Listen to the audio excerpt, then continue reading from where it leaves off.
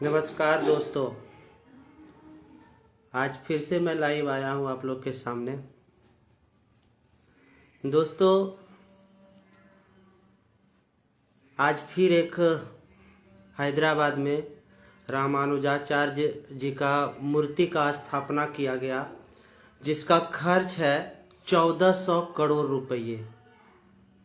इससे पहले भी स्टैचू ऑफ यूनिटी पर खर्च किया गया था 3000 करोड़ रुपये। नए संसद भवन बनाने पे जो है उस पे भी खर्च किया गया था 1200 करोड़ रुपये।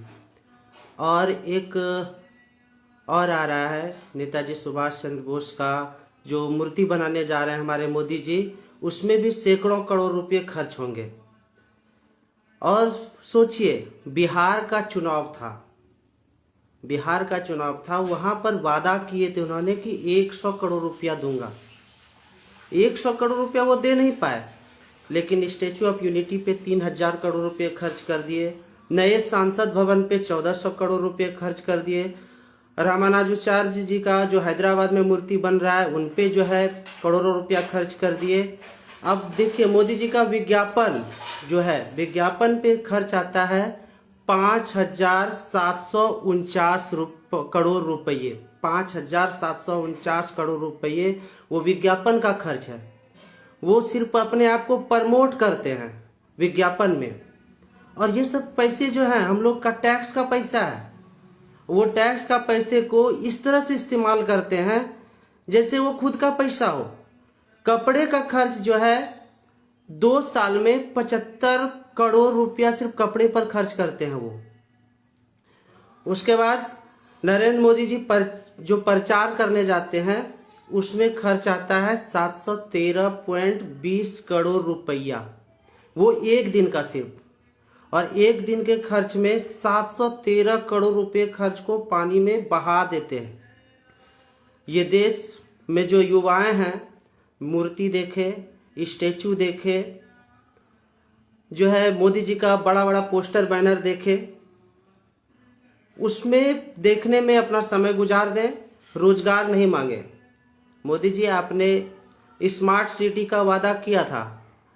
हमारे यूथ जब घूमने जाते हैं बाहर तो स्मार्ट सिटी को खोजते हैं, कहाँ कौन सा स्मार्ट सिटी बना, कहीं पर स्मार्ट सिटी नज़र नहीं आता है। 2014 में जब आए थे, एक परियोजना बनाया था अपने बुलेट ट्रेन का, मैं बुलेट ट्रेन चलाऊंगा। बुलेट ट्रेन तो गायब हो गया, सारा ट्रेन को आपने बेच दिया।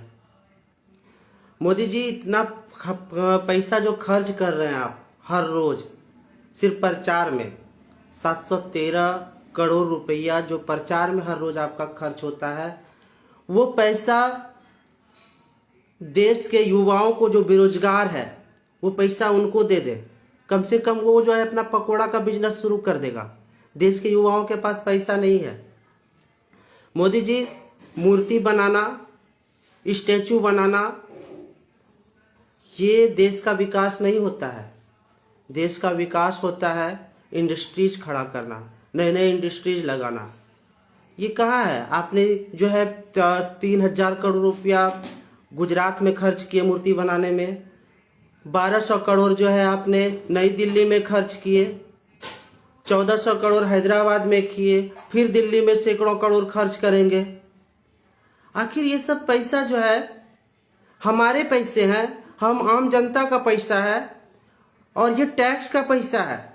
इसे स्टैचू बनाने में, इसे मूर्ति बनाने में खर्च ना करें, देश हित में लगाएं। आपने हर एक राज्य में जहां भी चुनावी प्रचार करने जाते हैं, चुनावी घोषणा करते हैं, हर राज्य में कुछ ना कुछ बोलते हैं विशेष पैकेज दूंगा। आपने बिहार में भी बोला था 100 करोड़ दूंगा, आपने 100 करोड़ नहीं दे पाया, लेकिन मूर्ति बनाने में 1400 करोड़ रुपया खर्च कर दिया। आपने उत्तर प्रदेश में भी कोई बड़ी घोषणा की है, वहां भी नहीं दे पाया है। हमारे झारखंड में भी कई बड़ी घोषणा किए हैं, वहां पर भी आपने नहीं दे पाया है। तो सिर्फ घोषणाओं से नहीं बनता है। और देखिए, उत्तर प्रदेश के चुनावी रैली देखिए, वहां पे जो वर्चुअल रैली के थ्रू संबोधन करते हैं, आदमी को डरा किस तरह से रहे हैं मोदी जी, ये देखिए। आदमी को डरा रहे हैं, बोल रहे हैं फिर से जो है दंगा राज ना आ जाए। मोदी जी एक सवाल पूछना चाहते हैं आपसे, आपके पार्टी में दंगई नहीं है क्या? आपके पार्टी में तो दंगई ऐसे ऐसे हैं जो कि अच्छा अच्छा मिनिस्टर वाले पोस्ट पे बैठे हुए हैं। किसी किसी को तो जो है बीज बोया और वो जो है आराम से बैठ गए जा करके मंत्री पोस्ट पर। ये डर पैदा मत कीजिए, विकास का बात कीजिए। आपने किस तरह से उत्तर प्रदेश में विकास किया है, किस तरह से उत्तराखंड में विकास किया है, किस तरह से गोवा में विकास किया है, वहां पे आपकी सरकार थी। डर का माहौल मत कीजिए। दंगई वाले लोग का आ जाएगा सत्ता, तो ये सब चीज मत कीजिए। आपको जनता ने चुना है, और जनता ने चुना है सिर्फ यहाँ स्टेचू खड़ा करने के लिए नहीं, मूर्ति खड़ा करने के लिए नहीं। यहाँ के युवा रोजगार मांग रहा है, रोजगार देने का बात करें। आपसे कुछ होने जाने वाला नहीं है। आप सीधे तौर पर सिर्फ एक प्रचार मंत्री की तरह काम करते हैं हर रोज। हमारा जो है मात्र 10 साल में 70 से 75 रैलियां किए थे हमारे जो है मनमोहन सिंह ने, यूपीए का जब गवर्नमेंट था। और आपने अभी तक में सिर्फ साल भर में 70 से 75 रैलियां कर चुका है, वो भी चुनावी रैलियां। क्या हो रहा है ये? आप देश संभालिए, संसद भवन में जवाब दीजिए, संसद में जवाब दीजिए। और जनता आपसे पूछ रहा है कहाँ है आपका काला धन, स्मार्ट सिटी कहाँ गया, बुलेट ट्रेन कहाँ गया, किसानों का आय दुगुनी करूंगा वो कहाँ गया? ये सब चीज, सारे मुद्दे को आपने भुला दिया है। सिर्फ देश को 2 भागों में बांटने का काम कर रहे हैं। क्या नया भारत? नया भारत में सिर्फ स्टेचू देखने को मिलेगा, हमें मूर्ति देखने को मिलेगा हमें। ये कतई सही नहीं है। मोदी जी, जितना करोड़ रुपया आपने खर्च किया स्टेचू बनाने में, मूर्ति बनाने में, नए संसद भवन बनाने में, ये सब पैसा सारे पैसा अगर आप एजुकेशन लाइन में खर्च कर देते, नए इंडस्ट्रीज लगाने में खर्च कर देते, तो शायद आज देश की हालत ऐसा नहीं होता। आज युवाएं दर दर ठोकरें नहीं खाते। आज युवाएं सड़क पर है, और वो युवा क्या कर रहे हैं? मोबाइल पकड़े हुए हैं, मोबाइल में बैठे हुए हैं, सर्फिंग ब्राउजिंग करते रहते हैं। और जब भी सर्फिंग ब्राउजिंग करते हैं तो वही एक चेहरा सामने आता है। भक्त आपको प्रमोट करते जाते हैं, और जो है भक्त आपका जो है गुणगान गाते जाते हैं। ये कतई सही नहीं है। आप जितने भी पैसे खर्च कर रहे हैं आलतू फालतू, और देश के युवाओं को जगना चाहिए। मैं अपील करता हूँ, जितने भी लोग हैं, जैसे जुगनू जी हमारे साथ जुड़े हुए हैं, परवीन भैया जुड़े हुए हैं, अमलेश कुमार जुड़े हुए हैं, रुपेश भैया जुड़े हुए हैं, रिशु राज जुड़े हुए हैं, इन लोगों से अपील करना चाहते हैं कि आप सवाल पूछिए। आप लोकल प्रतिनिधि से सवाल पूछिए, जो बीजेपी के प्रतिनिधि है, जो यहाँ बीजेपी के विधायक और सांसद हैं, उनसे सवाल पूछिए कि आपको सत्ता मैंने दिया क्यों था? आपको सत्ता किस लिए दिया था मैंने? ये स्टेचू बनाने के लिए, या ये प्रधानमंत्री जो 75 करोड़ रुपए सिर्फ 1 साल में कपड़े पर खर्च करते हैं उसके लिए दिए थे? या सिर्फ विज्ञापन में 715 करोड़ रुपए जो खर्च करते हैं उसके लिए दिए थे? इन लोगों से सवाल कीजिए। माफिया राज, गुंडा राज, आपने अभी पहला चरण में यूपी में चुनाव होने जा रहा है, और वो जो है 56 जो है 56 जो है विधानसभा में होने जा रहा है, और उसमें आपका 38 उम्मीदवार जो है पूरा माफिया है। सबके ऊपर केस है, और सबके ऊपर केस ऐसा नहीं, 302 का केस है। किसी के अटेम्प्ट टू मर्डर 307 का केस है। तो आप माफियाओं को अपने साथ में लेकर चल रहे हैं और जनता को डरा रहे हैं कि माफिया राज आ जाएगा।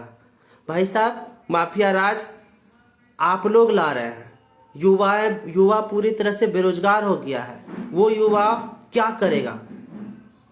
उसे बैठे बैठे मन नहीं लगता। वो बाहर निकलेगा तो उसे गलत संगत में पड़ेगा। गलत संगत में पड़ने के बाद वो क्राइम बढ़ेगा। जब बेरोजगारी बढ़ता है तो क्राइम बढ़ता है।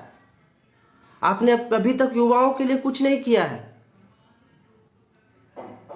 आपने संसद भवन में, नए संसद भवन में 1400 करोड़ रुपया खर्च किया है। आप हमको ये बताइए कि क्या पुराने संसद भवन से काम नहीं चल सकते थे? क्या युवाओं को वो 1400 करोड़ में नए इंडस्ट्रीज लगा करके कुछ युवाओं को रोजगार नहीं मिल सकता था? स्टेचू ऑफ यूनिटी से हमें क्या फायदा मिला? क्या उसको हम देखने के लिए जा रहे हैं? कितने लोगों को वहां से रोजगार मिला, बता सकते हैं आप? नहीं बता सकते हैं। आपको सिर्फ और सिर्फ पोस्टर लगाने आता है। बड़े बड़े पोस्टर मिलेंगे आपको, पेट्रोल पंप पे मिलेंगे मुस्कुराता हुआ चेहरा, आपको पोस्टर मिलेंगे रोड किनारे हुए। और आप जब चुनाव आएगा तो चुनाव आएगा डर का माहौल पैदा करेंगे, और इस डर का माहौल में हमारे पूर्व विधायक भी शिकार हुए हैं। यहाँ भी डर का माहौल यही ऐसा बना दिया गया था जो कि कुछ वोटों से वो हारे। डर का माहौल ऐसा कि फिर से गुंडा राज आ जाएगा। तो ये इनका जो सेल होता है ना, स्लीपर सेल, ये स्लीपर सेल का काम क्या होता है? ये लोगों के अंदर में खड़े रहे, आपके साथ में चलेगा, वो आपके साथ में चलेगा, और साथ में चलने के बाद 10 जहाँ पे खड़े हैं वहीं पर खड़ा होकर के वो आपका जो है नहीं इस बार अच्छा नहीं है, फिर जो है गुंडा राज आ जाएगा, फिर दिक्कत हो जाएगा। तो ये डर का माहौल ये लोग क्रिएट करते हैं। जान रहे हैं कि हम जो है जो चुनाव है इस तरह से मुद्दा से चुनाव नहीं जीतेंगे, विकास के मुद्दा से चुनाव नहीं जीतेंगे। एक डर पैदा करो। डर किस तरह का पैदा करो कि जो है माफिया राज आ जाएगा, गुंडा राज आ जाएगा, हम जो है फिर से अगर हम नहीं आए तो गुंडा राज आ जाएगा, माफिया राज आ जाएगा, जो है फिर से मोदी ही रहेगा तो यहाँ पर पूरा शांति रहेगा। भाई साहब, अगर गुंडा राज और माफिया राज यूपी में खत्म हो गया था तो हमें बताइए, आज से साल भर पहले दुबे जी पुलिस पर कैसे गोली चला रहे थे। अभी हाल में जो है माफिया राज अगर यूपी में खत्म हो चुका था, गुंडा राज खत्म हो चुका था, तो जो है ओवैसी साहब के ऊपर कैसे बंदूक से गोलियां फायर की गई। तो ये सब डराने का काम नहीं कीजिए, ये सब जनता जान रही है। आप किस तरह से पोलराइजेशन करते हैं, किस तरह से लोगों को डराते हैं, और किस तरह लोगों को बरगला करके वोट बैंक को तैयार करते हैं। बात कीजिए रोजगार का, बात कीजिए डेवलपमेंट का, बात कीजिए किस तरह से उद्योग लगा रहे हैं उसका बात कीजिए। डराने का काम मत कीजिए। और मैं युवाओं से खास करके अपील करना चाहता हूं कि इस तरह के डर का माहौल हो तो वहां के स्थानीय प्रतिनिधि जो भी खड़े हुए हैं या जो जीते हुए हैं उनसे सवाल कीजिए, जो बीजेपी के उनसे सवाल कीजिए कि आपने क्या किया, हम युवाओं के लिए क्या सोचा अभी तक। धन्यवाद।